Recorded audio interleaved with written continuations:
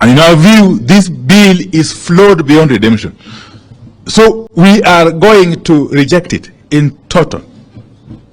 We are not going to propose any amendment to it.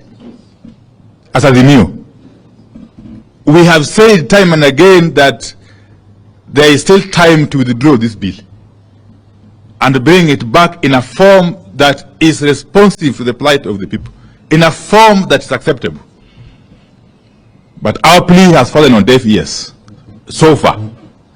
So if this bill finds its way to the floor of the House in its current form, we are not going to make any attempt to propose any amendments to it.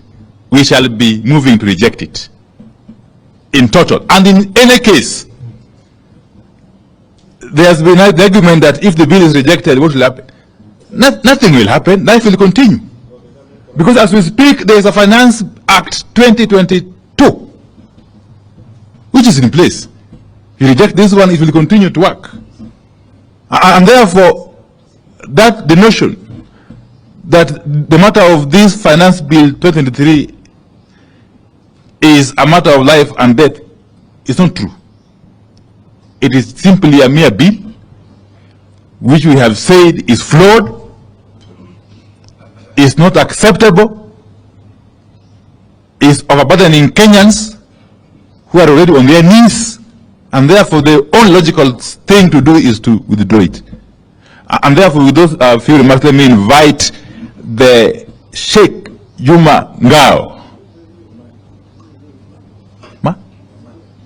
Yes, as he comes, I've got an apology, of course, from the Honorable Wamalwa, Honorable Eugene Wamalwa, the leader of the DAP Kenya, who was elsewhere, though he's on his way, but he may come late. Thank you. Karibu Sheikh Juma Ngao.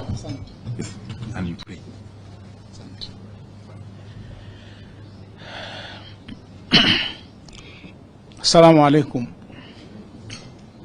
Bwana Yesu asifiwe. Mheshimiwa Rais wetu wa Azimio Baba Raila Amolo Odinga,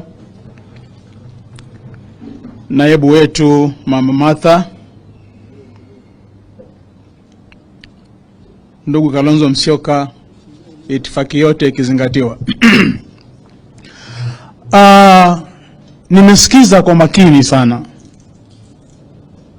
wazungumzaji wote, kila mmoja hutaki amalize kuzungumza. Na mazungumzo haya tumekuja kwa sababu jana sisi kama Baraza Kuu la Ushauri la Waislamu Kenya KEMNAK tulifanya press conference Mombasa, tumeipinga hii bill. Na ni baada ya kushauriana na wenye viti wa kaunti 47